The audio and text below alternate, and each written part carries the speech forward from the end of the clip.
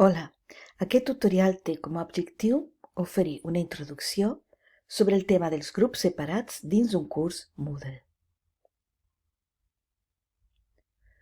Primer de tot us presento Ariana i Armin. Tots dos estan estudiant català a l'Escola Oficial d'Idiomes de Drassanes i estan fent el curs monogràfic sobre frases fetes i refranys en català. Ariana assisteix a les classes del curs els dilluns i dimecres al matí, mentre que Armin segueix la modalitat semipresencial els dijous a la tarda. Tot i estar separats físicament, estan units en aquesta experiència d'aprenentatge. Ara es poden plantejar dues situacions diferents. En el cas 1, la professora Clara imparteix els dos cursos i ha d'arribar a una decisió sobre com gestionar els dos grups.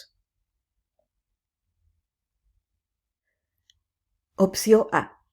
La primera opció consisteix en crear un curs Moodle per al seu curs extensiu dels dilluns i dimecres al matí i un altre curs Moodle per al seu curs semipresencial dels dijous a la tarda.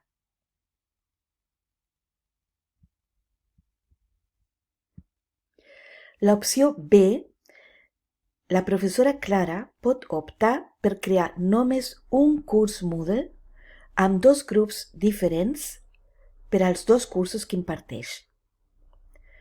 Això li pot simplificar molt la tasca, ja que tindrà tot a la seva disposició i podrà duplicar amb facilitat els recursos i les activitats dissenyades. Mitjançant l'ús de l'opció de restriccions d'accés, que es troba dins els paràmetres de cada activitat o recurs, podrà assignar-los als diferents grups amb només un clic.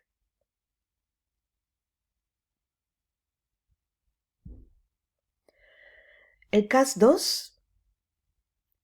En aquest escenari tenim dos professors, l'Arnau i la Clara, que imparteixen el mateix curs.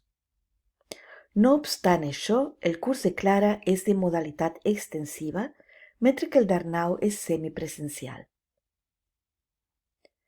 Cada professor desenvolupa el seu propi curs a través de la plataforma Moodle i treballa de manera autònoma dins el seu propi entorn. Aquest enfocament resulta convenient quan els seus estils d'ensenyament difereixen significativament i cadascun té una manera particular de plantejar el seu curs i el seu treball.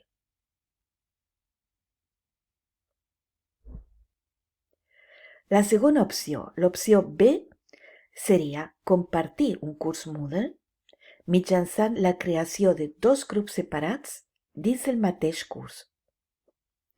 Un grup seria per a la professora Clara i l'altre grup per a Arnau. Aquesta alternativa resulta ser una bona idea en el cas que els dos professors tinguin un estil semblant de plantejar les seves classes i els agradi la idea de compartir i crear materials de manera conjunta. Ara bé, quins són els avantatges d'optar per aquesta segona alternativa? Els grups separats, els grups diferents dins d'un mateix curs Moodle són realment una eina valuosa i versàtil per a l'organització i gestió de cursos. A continuació presentaré 3 bons arguments a favor de la segona opció, que consisteix en crear grups diferenciats dins del mateix curs Moodle. El primer argument és que la creació d'un sol curs a Moodle per a diferents grups evita la necessitat de duplicar esforços en la seva creació i edició. El segon argument és que els avantatges de crear grups dins del mateix curs a Moodle rauen en la capacitat de proporcionar informació, activitats i recursos adaptats a classes que estan fent el mateix curs però amb necessitats o dinàmiques diferents. I el tercer i darrer argument és que un altre avantatge important és que optimitza l'ús de l'espai al servidor, ja que el mateix curs no es duplica ocupant el doble d'espai. Una vegada s'ha seleccionat aquesta segona opció, és important saber com crear els diversos grups dins del mateix curs Moodle. Per a aquest propòsit teniu a la vostra disposició un tutorial específic que us pot resultar de gran utilitat.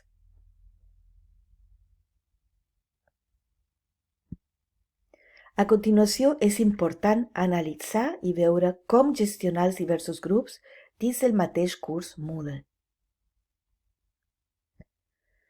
I s'ha de veure també com organitzar les activitats i recursos pels diferents grups. En la creació de grups separats dins un mateix curs Moodle hi ha diversos aspectes que cal tenir en compte. Per a cadascun d'aquests aspectes disposem d'un tutorial específic. En primer lloc, és important considerar com transmetre la informació de manera separada a cada grup.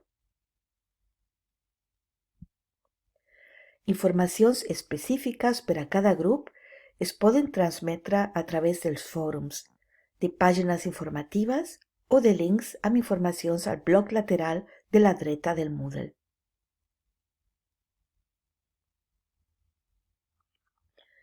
El segon punt important és com explicar la teoria a cada grup. La teoria pot ser la mateixa, però ja que els grups avancen a diferents ritmes, pot resultar útil crear pàgines amb el mateix contingut per a cadascun dels grups.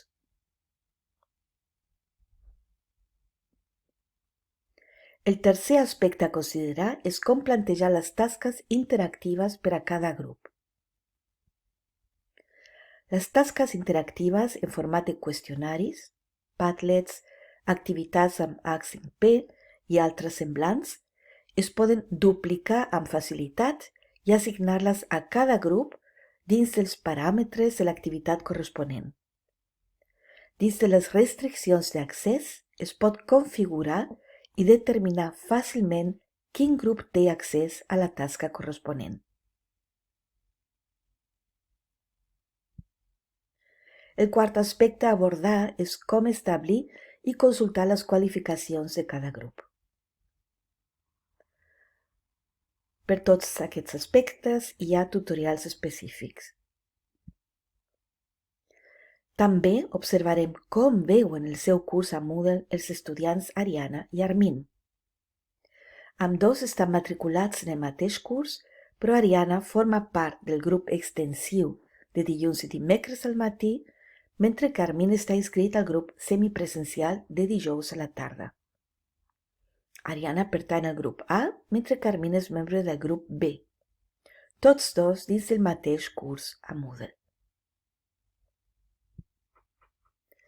Separats, però junts. Separats, però tot i així units en aquesta experiència educativa. Després d'aquesta breu introducció sobre la creació de grups separats dins un mateix curs Moodle, els avantatges que comporta i els aspectes a tenir en compte, us convido a explorar els tutorials específics disponibles per als diversos temes. Un salut. Adeu.